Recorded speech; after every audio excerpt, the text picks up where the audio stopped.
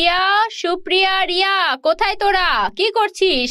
ইস, কাদা মাটি দিয়ে এগুলো কি করছিস রে? তোদের না আজকে স্কুল আছে? যা, স্কুলে যা বলছি।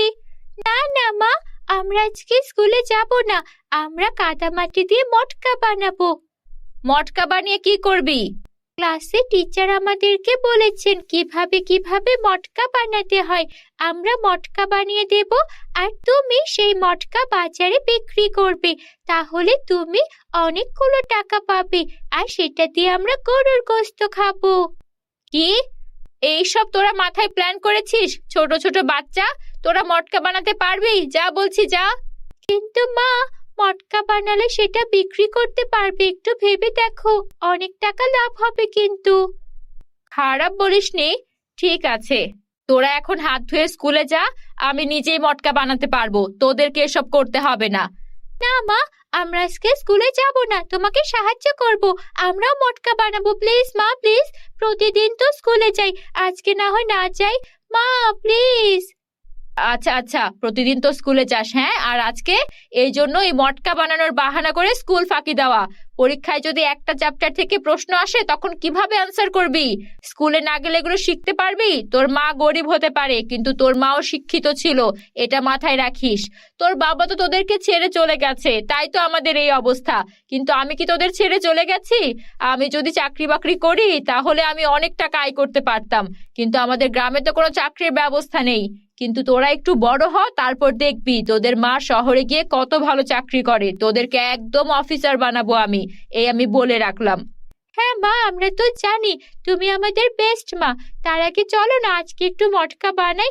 আজকে ক্লাসে তেমন কিছু পড়াবে না, যা যা পড়াবে এগুলো আমরা আগেই পড়ে ফেলেছি, প্রমিস মা। আচ্ছা ঠিক আছে, বস, আমরা মটকা বানাই। তারপর 3 মা মেয়ে মিলে ওরা সবাই একটা বড় করে মাটির হাঁড়ি বানালো, আর সেটার উপরে সুন্দর করে নকশা করতে লাগলো। মা দেখো, এটাকে দেখেই মনে হচ্ছে কত সুন্দর হবে। আমরা যদি এরকম 50টা বানাই তাহলে তুমি বিক্রি করে অনেক টাকা পাবে। আচ্ছা, তোরা তো ছোট ছোট, কিন্তু সারাক্ষণ টাকা টাকা করিস কেন? হ্যাঁ, টাকাই তো সবকিছু।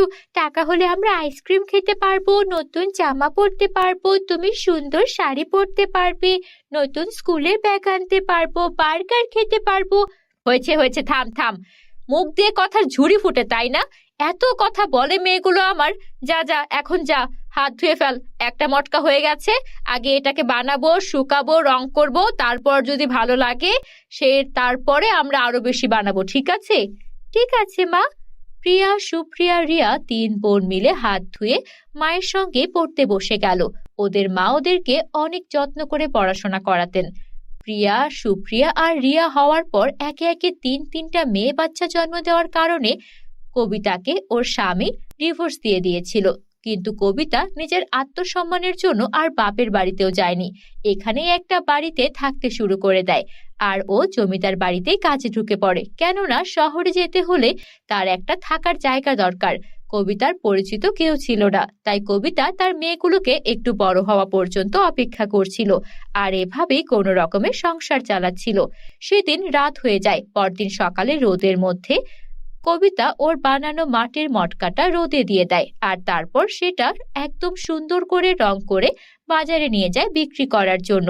মটকাটা দেখতে এত সুন্দর লাগছিল যে প্রথমবারেই যেই দেখে সেই 500 টাকা দিয়ে সেই মটকাটা কিনে নিয়ে চলে যায়। আরে বাহ, আমার মেয়েরা তো খারাপ বলেনি। এই গ্রামে মটকা কেউ বিক্রি করে না।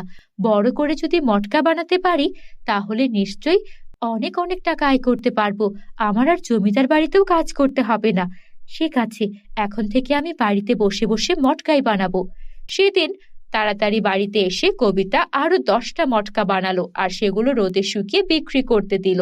এভাবে রোজ রোজ মটকা বানিয়ে বিক্রি করে অনেক টাকা আয় করতে শুরু করলো কবিতা, আর ওর মেয়েরাও অনেক খুশি ছিল, কেননা এখন ওদের নতুন স্কুল ব্যাগ, নতুন মজার মজার খাবার, কাপড় চোপড়, এসব কিছু পড়া থেকে কেউ আটকাতে পারতো না।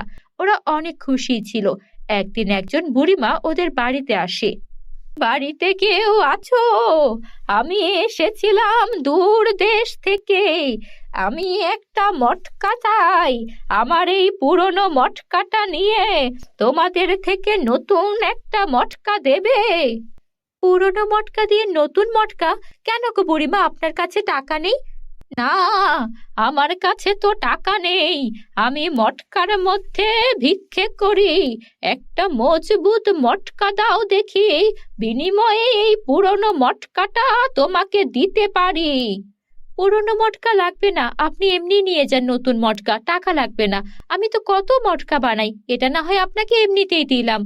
তোমার মন অনেক বড়, কিন্তু আমি তোমাকে আমার এই পুরনো মটকাটা দিতে চাই। রাখো রাখো, গুরুজনেরা কিছু দিলে সেটা রাখতে হয়। তোমার 3 মেয়ে ভারী মিষ্টি। আমি যখন এদিকে আসছিলাম, আমার বড্ড পানি পিপাসা পেয়েছিল। আমাকে কি সুন্দর পানি খাওয়ালো, তারপর আমাকে বিশ্রাম করতে বলে আমার মাথার চুলগুলো কি সুন্দর বেনি গেঁথে দিল। আহা, আমার যদি এমন নাতনি থাকতো বড্ড ভালো হতো।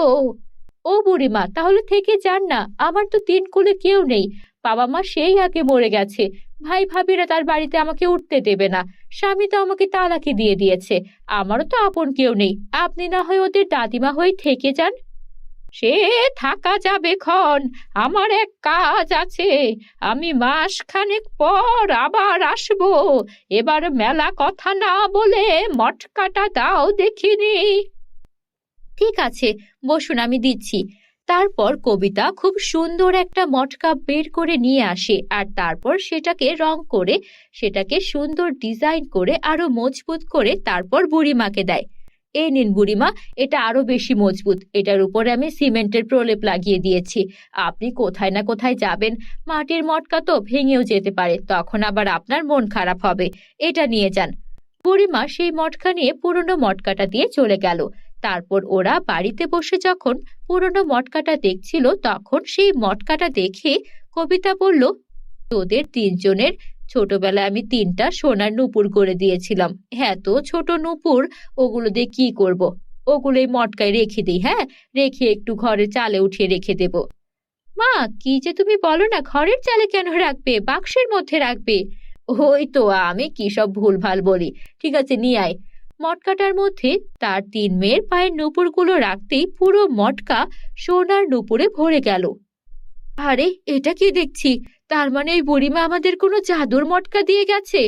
তারপর কবিতা ওর 50,000 টাকার বান্ডেলটা সেই মটকার মধ্যে রাখলো।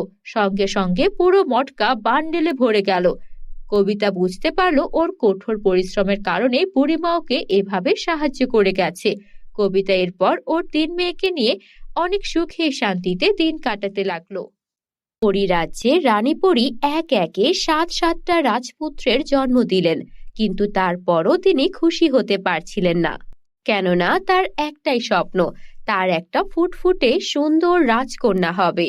কিন্তু তিনি একে একে 7বার সন্তান জন্ম দিলেও কোনো রাজকন্যার মুখ দেখতে পাচ্ছিলেন না। এই জন্য তিনি মন ভার করে বারান্দায় সব সময় বসে থাকতেন। তার রাজপুত্ররা তার সামনে হেসে খেলে বেড়াতো, কিন্তু তারপরও তিনি খুশি হতে পারতেন না। রানীর সব সময় এমন মন ভার দেখে রাজাও রাজকার্যে তার কাজ মন দিতে পারছিলেন না। তিনিও চিন্তায় পড়ে গিয়েছিলেন কিভাবে রানীর মন ভালো করবেন। রানী ঠিকমতো খাওয়া দাওয়া কাজকর্ম সব ছেড়ে দিয়েছিলেন। তার মাথায় শুধু একটাই চিন্তা, কিভাবে সে একটা রাজকন্যার জন্ম দেবেন, পরিরাজ্য আলোকিত করবে সেই রাজকন্যা। কিন্তু কিছুতেই কিছু হচ্ছিল না। এভাবেই দিন কাটতে থাকে। রাজা এবং রানী একদিন খবর পান পৃথিবীতে এক সন্ন্যাসী বাবা আছেন, যিনি কিনা জাদুর ফুল বাগানের, সেখানে নানা রকম জাদুর ফুল চাষ করেন। সেখানে একটা জাদুর সোনার ফুল আছে, যেই ফুল কিনা যদি রানী একবার খেতে পারেন, তাহলে তার জাদুর রাজকন্যা পরীর জন্ম হবে। রাজা এবং রানী আর এক মুহূর্ত দেরি করলেন না। তারা পরিরাজ্য থেকে পৃথিবীতে চলে এলেন সেই সন্ন্যাসী বাবার কাছে। সন্ন্যাসী বাবা তখন ধ্যান করছিলেন।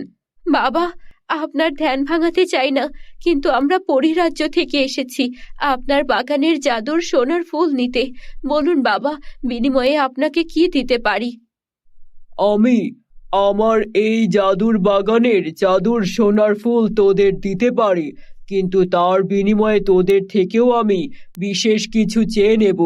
আমার মনে হয় না তোরা সেটা দিতে পারবি। বলুন বাবা, আপনি কি চান? বিনিময়ে আমি সব দিতে রাজি আছি। আমার পরিরাজ্য আপনার নামে করে দিতে রাজি আছি। শুধু আপনি আমাকে ওই জাদুর সোনার ফুল দিন। আমার যে একটাই স্বপ্ন, আমার একটা ফুটফুটে রাজকন্যা হবে। আমার একটা পরিকন্যা না হলে আমার জীবন যে এভাবেই অধরা থেকে যাবে। ঠিক আছে, তোর 7 রাজপুত্রকে আমার কাছে দিয়ে যাবি। ওরা আমার হয়ে কাজ করবে। ওদের যখন 25 বছর পূরণ হবে তখনই ওদেরকে আমার কাছ থেকে নিতে পারবি। আজ থেকে 25 বছরের আগে তুই তোর সন্তানদের মুখও দেখতে পারবি না। আমি ওই 7 রাজপুত্রকে নিয়ে এখান থেকে অনেক দূরে চলে যাব। যদি রাজি থাকিস তাহলে আমার এই জাদুর বাগান আমি তোকে দিয়ে যাব। এটা আপনি কি বলছেন? আমি আমার 7 রাজপুত্রকে আপনার কাছে দিয়ে দেব? না না, এটা কি করে হতে পারে? এটা যদি না মানতে পারিস তাহলে এখান থেকে চলে যা, আমাকে আমার কাজ করতে দে। রানী নাছোড়বান্দা ছিলেন। যে কোনো মূল্যেই তিনি একটা কন্যা সন্তান লাভ করতে চাচ্ছিলেন। তাই তিনি সন্ন্যাসী বাবাকে তার 7 রাজপুত্র দেওয়ার জন্য রাজি হয়ে গেলেন। আর সন্ন্যাসী বাবাও বিনিময়ে তাকে সেই জাদুর সোনার ফুল খাওয়ার জন্য দিয়ে দিলেন। বন্ধুরা, তোমরা যারা যারা গল্পটি দেখছো তোমাদের নাম কমেন্টে লিখে জানিও। আমরা নেক্সট গল্প তোমাদের নাম দিয়ে বানাবো। রানী সেই জাদুর সোনার ফুল এনে সেটা বেটে ভালো করে খাবারে মিশিয়ে খেয়ে ফেললেন। আর তার কয়েকদিনের মধ্যেই সুসংবাদ পাওয়া গেল, রানী গর্ভবতী হলেন। তার ঠিক 1 বছরের মাথায় রানী ফুটফুটে এক কন্যা সন্তানের জন্ম দিলেন। তার মাথা ভর্তি ছিল সোনার চুল। এটা দেখে রাজা এবং রানী অনেক খুশি হয়ে গেলেন। কিন্তু সন্তান জন্ম দেওয়ার পরই তাদের মনে পড়ে গেল সেই সন্ন্যাসী বাবার কথা। সন্ন্যাসী বাবাকে তারা কথা দিয়েছিলেন তাদের কন্যা সন্তান হওয়া মাত্রই তাদের 7 রাজপুত্রকে সন্ন্যাসী বাবার কাছে দিয়ে যাবেন। এখন কি করব? সন্ন্যাসী বাবাকে যে আমাদের 7 রাজপুত্রকে দিয়ে আসতে হবে। নিজের মেয়েকে পেয়ে আমি আমার 7 রাজপুত্রকে হারাবো। কথা যখন দিয়েছি তখন তো দিতেই হবে, কিছুই করার নেই। 25 বছর ওই সন্ন্যাসী বাবার কাছে আমার সন্তানেরা যদি থাকে তাহলে খারাপ কি বা হবে? সন্ন্যাসী বাবা এত জ্ঞানী মানুষ, উনি আমাদের সন্তানদের অবশ্যই কোনো ক্ষতি করবেন না, ওদেরকে সঠিক শিক্ষাই শিক্ষিত করবেন। তুমি নিশ্চিন্তে আমাদের 7 রাজপুত্রকে সন্ন্যাসী বাবার কাছে দিতেই পারো। তারপর তারা তাদের 7 রাজপুত্রকে সন্ন্যাসী বাবার কাছে পৌঁছে দিল।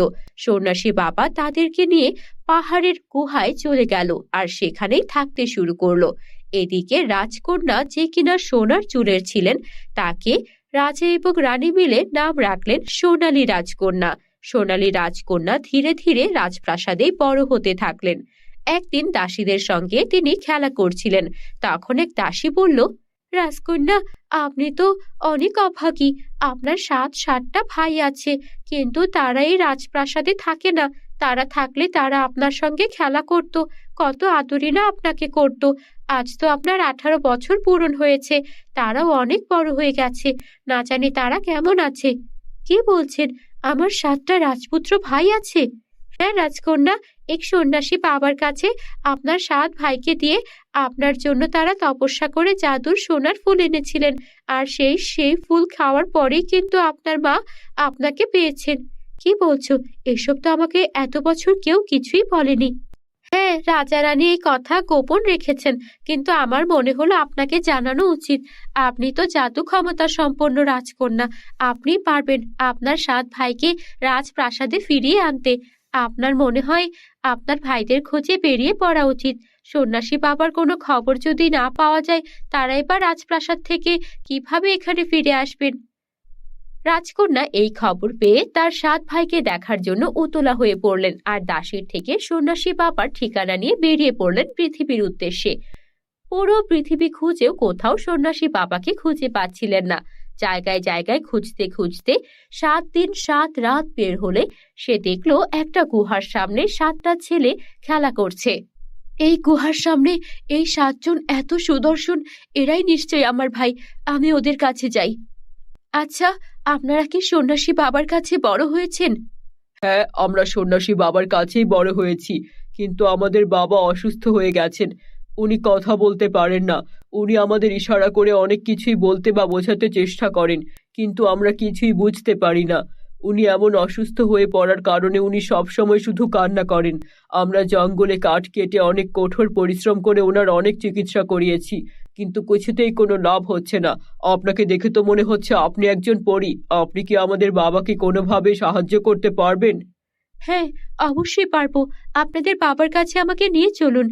পরী তারপর সন্ন্যাসী বাবাকে দেখে বুঝতে পারলো ইনি সেই সন্ন্যাসী। আর সেই রাজকন্যা সোনালী চুলের পরীকে দেখে সন্ন্যাসী বাবাও বুঝতে পারলো ও আর কেউ নয়, সেই রাজকন্যা যাকে সে বরদানের মাধ্যমে রানীকে দিয়েছিল। তারপর সেই জাদুর পরী তার জাদু বলে সন্ন্যাসী বাবার উপর হাত বোলালেন। সঙ্গে সঙ্গে সন্ন্যাসী বাবার শরীর একদম সুস্থ হয়ে গেল। সন্ন্যাসী বাবা বললেন, আমি আমার পাপের শাস্তি পেয়েছি। আমি 7 রাজপুত্রকে পাওয়ার জন্য লোভী হয়ে গিয়েছিলাম, আর তাই রাজা রানীর থেকে 7 রাজপুত্রকে কেড়ে নিয়েছিলাম। আমার ছেলেরা, তোমরা আমার ছেলে নাও, বরং তোমরা পরিরাজ্যের রাজপুত্র। আমি এতদিন তোমাদেরকে এটাই বোঝানোর চেষ্টা করেছি। রাজকন্যা আজ এসেছেন বলে তোমরা এবার তোমাদের পরিরাজ্যে ফিরে যেতে পারবে। আমাকে এখানেই ফেলে যাও। না বাবা, আপনাকে আমরা ফেলে যাব না। আমার 7 ভাই সহ আপনাকেও নিয়ে যাব। তারপর সোনালী চুলের রাজকন্যা পরী 7 ভাইকে সাথে সঙ্গে নিয়ে সন্ন্যাসী বাবাকেও পরিরাজ্যে নিয়ে গেল, আর সেখানেই তারা সুখে শান্তিতে থাকতে শুরু করলো। বন্ধুরা, আমাদের চ্যানেলে নতুন হলে চ্যানেলটিকে সাবস্ক্রাইব করতে ভুলো না যেন।